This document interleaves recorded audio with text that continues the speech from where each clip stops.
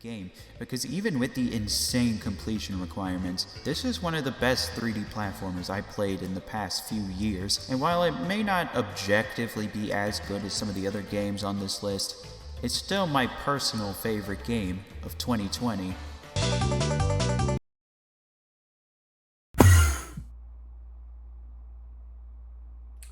So, I'm Ryder, or as some people call me, Platinum Warpstar. And video games are stupid. Well, I suppose it was only a matter of time before I made a video dedicated to Crash Bandicoot. I'll try not to dive too deep into my history with this series, but I feel it's important to share my experiences given this video's interesting title. I love Crash Bandicoot. I have very fond memories of playing Crash Nitro Kart with my family, shut up, and I really enjoy Crash 2 Enhanced on the GBA. Didn't really like Crash Tag Team Racing though. Even as a kid, I thought it was really unfun. But point is, I care deeply for Crash as a franchise, and I've really been enjoying his Resurrection era, aside from microtransactions and CTR Nitro Fueled. As from that clip you saw in the beginning of the video, you know that I really love Crash Bandicoot 4, It's About Time. I think it's an immensely creative, super fun, and challenging 3D platformer that will destroy the life of a completionist. And after playing this excellent masterclass of platforming, I was very optimistic to see where the series would go next. So I don't quite know where to start with this. Crash Team Rumble is very confusing when gazing on it for the first time. When the game was announced, I was extremely confused as to what it even was. I got that it was a 4v4 multiplayer game and that you need to collect Wumpa Fruit.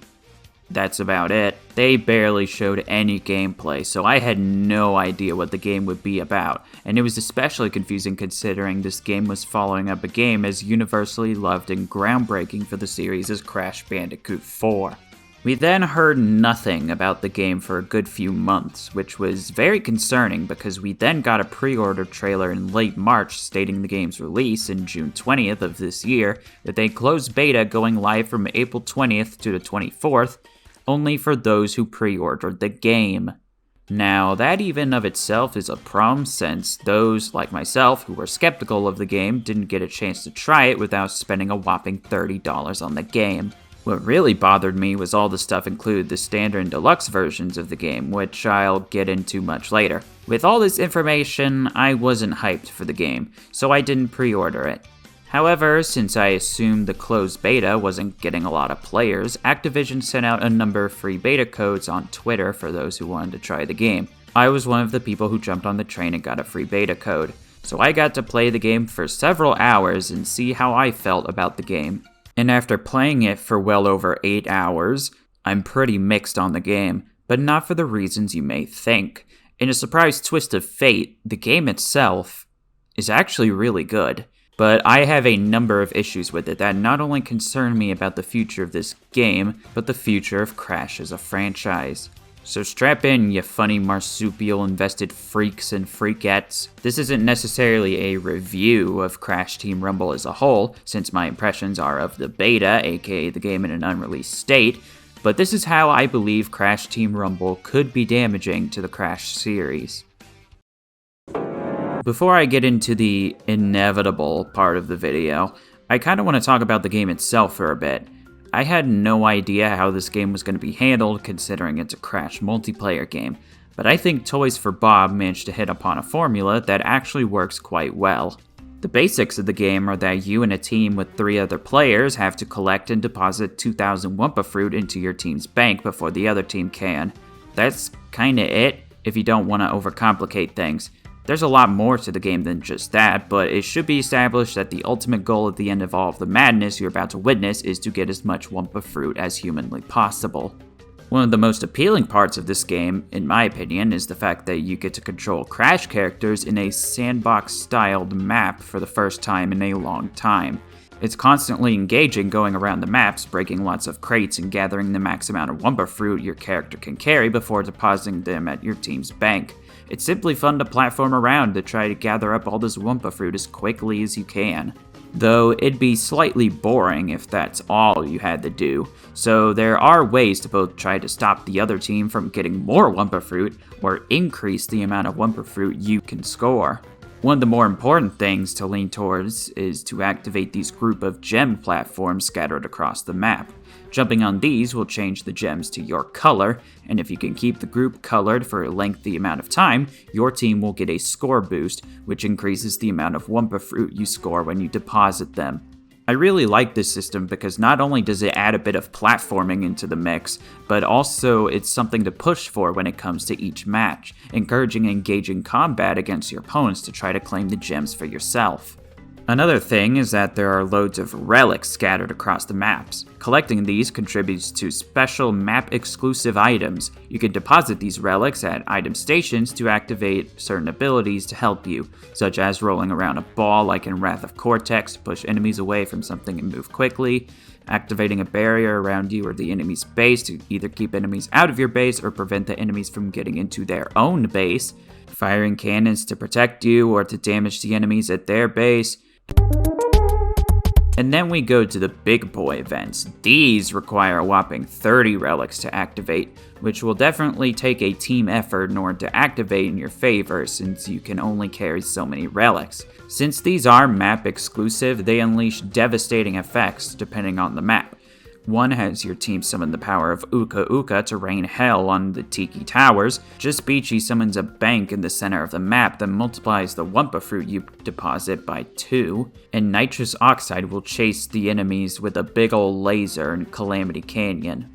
Another thing you can do before each match is select a summon that you can activate once this meter is full, and you can place it at certain places, whether it be a spitting plant, a big electric boy, or even a healing station. All of these things are the extra nudge that were needed to spice up each match and keeps each one engaging. The only thing I'm not really a big fan of is PvP. I'll go ahead and say that I don't think the Crash moveset necessarily handles PvP super well. I mean, each of the characters do play a bit differently to one another. Crash plays identically for the most part to how he played in Crash 4 with the addition of a super slam attack and a mid-air dash for extra distance. Yet I don't necessarily find it fun to spin into opponents with massive health bars. It's fine in terms of Crash-style combat and works for a multiplayer game, but fighting enemies isn't necessarily Crash Team Rumble's strong suit. I prefer the simplicity of just spinning into an enemy and they go flying off in the distance, but I guess that'd be pretty hard to implement in a game like this. The other characters have interesting new moves though. Tawna has her hook shot as a dash and can use her hook to beat up opponents. Dingodile has a charge spin attack that is great for keeping enemies away from gem platforms and can even suck Wumpa Fruit out of opponents with his vacuum. Coco has absolutely insane mobility with her dash that not only boosts you forward to get insane distance, but also summons a wall behind her to damage enemies, and Cortex has a pew pew blaster and can summon a piano from thin air to drop on enemies. Of all the characters, I think Coco is by far the best to play as. Her mobility is insane and is loads of fun to play as. But Cortex is definitely my least favorite since his attacks are slow, don't do a lot of damage, and the dash he has cuts all momentum once you finish dashing. But I mean, Cortex can do this.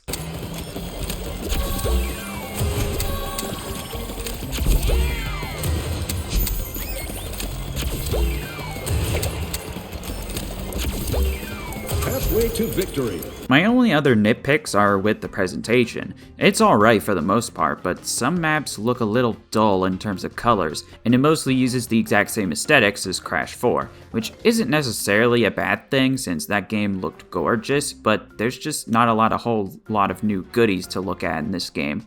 That and there's barely any new music tracks I noticed. Sure, there's the title theme, which is a remix of the Crash 1 theme, but the rest are mostly taken from Crash 4.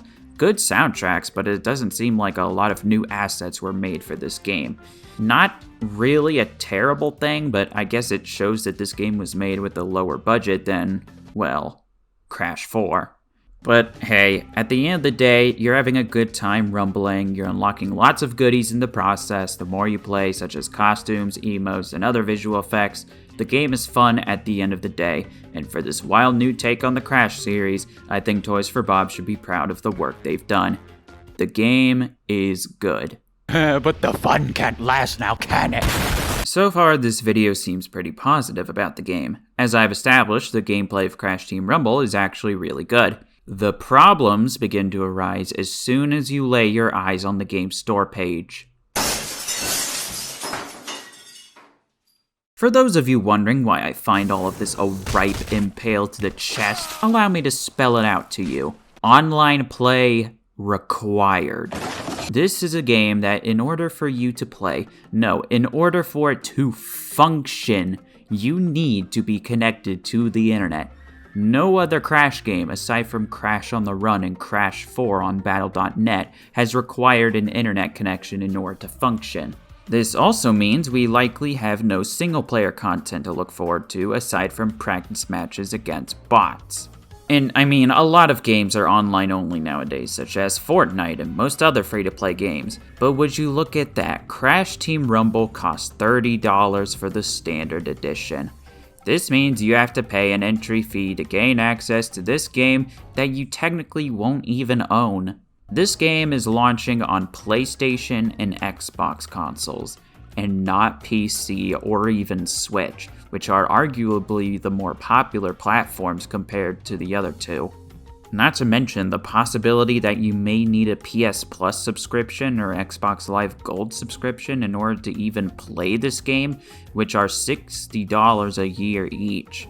I could be wrong and maybe you don't need the subscriptions, which I would be very happy if that's the case, but I checked a number of sites and they neither confirm or deny that fact. But if you do need it, that's $60 a year or else you have zero access to any amount of Crash Team Rumble. Oh yeah! I can't wait to finally play some CTR Nitro Fuel online! And it's only $60 a year anyway. It's not like I'm buying any new games anytime soon. Surely nothing bad can come out of this. Gary, I don't know why, but my bank account has suspiciously plummeted. Do you think you might know why that... Oh my god, did you buy PS Plus? Oh, come on, how could you do this to me, Jerry? You know, paying for online stupid. I have to pay the bills for our house in order to live. You barely had enough money to switch to your favorite kind of cereal, and now you're doing this to me? Come on, I just want to play some Crash. You know I work with it. You know what? I'm tired of this. From now on, the only video game we play in this house is Minesweeper. Excuse me, what?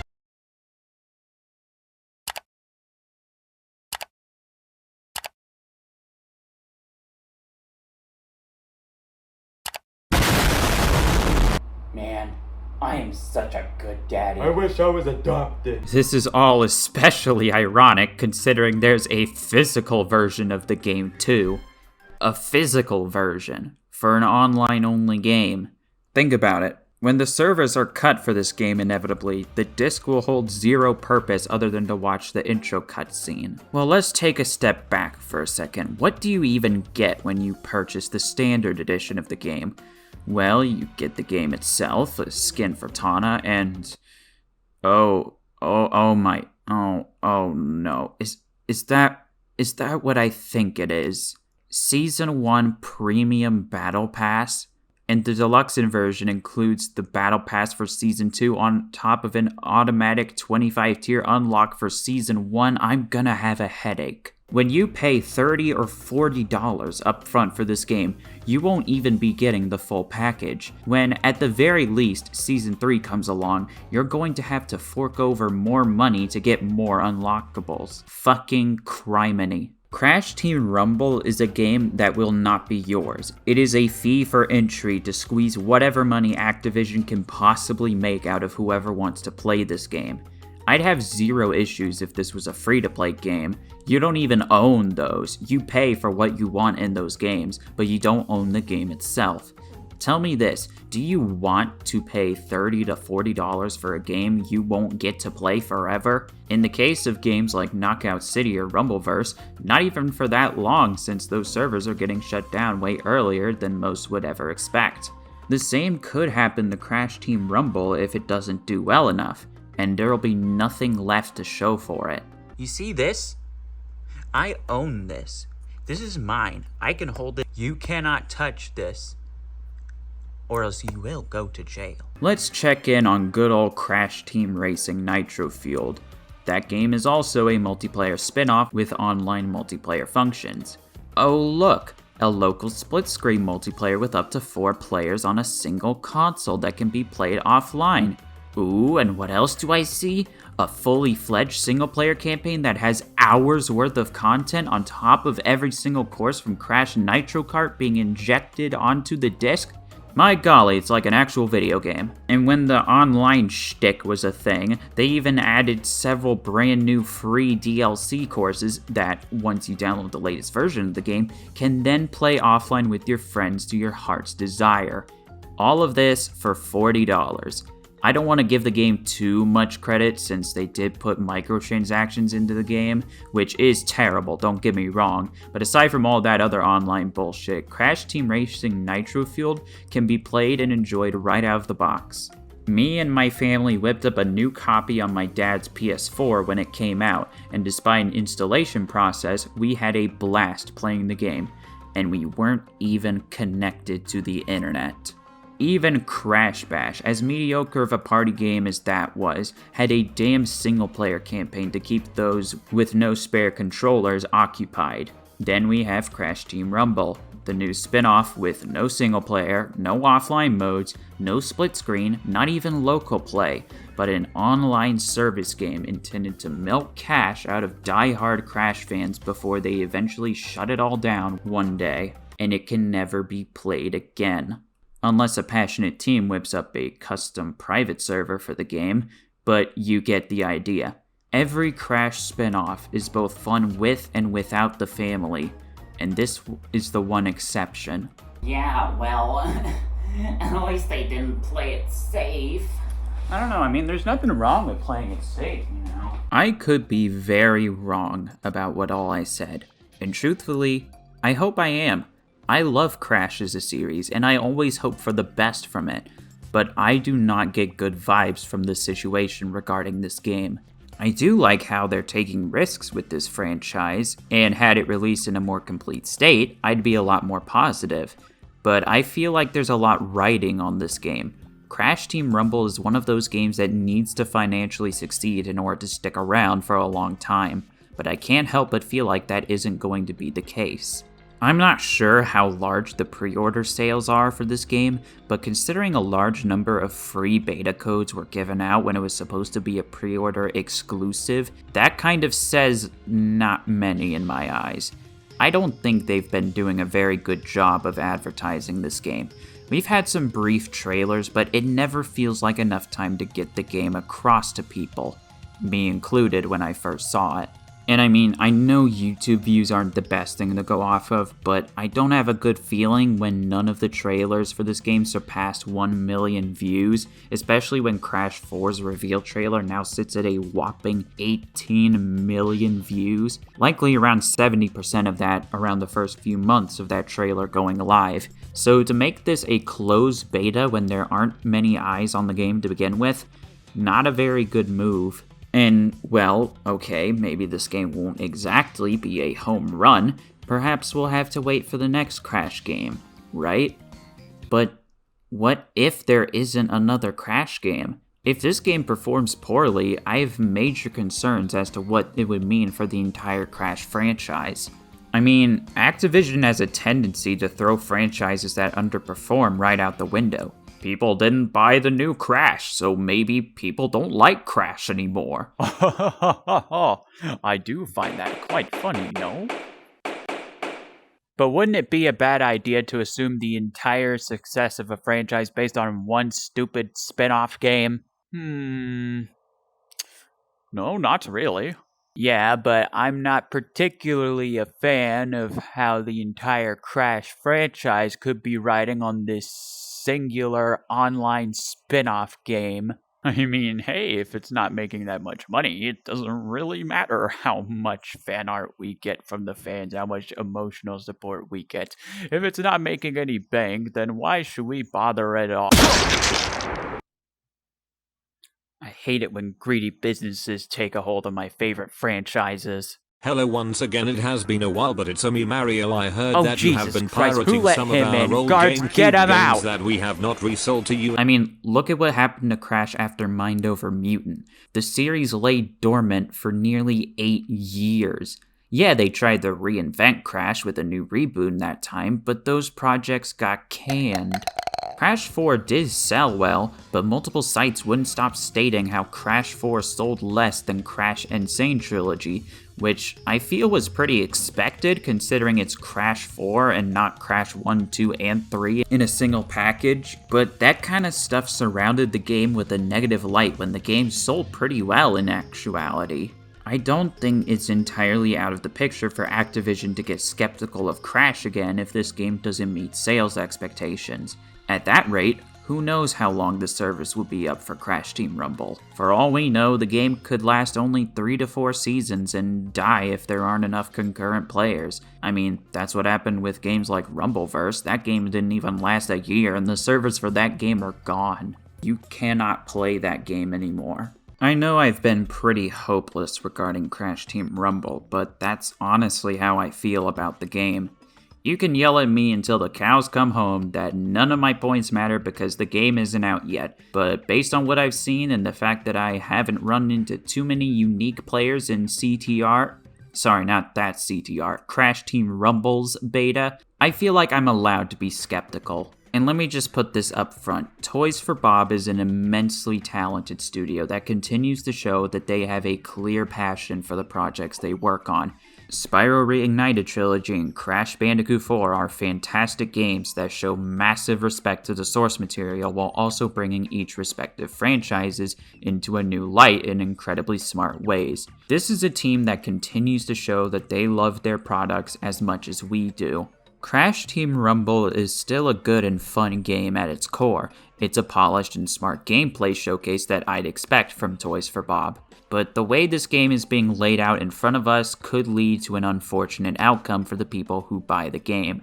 And when it's all said and done, when this game inevitably shuts down either months or hopefully several years after launch, there will be no Crash Team Rumble to show to anyone.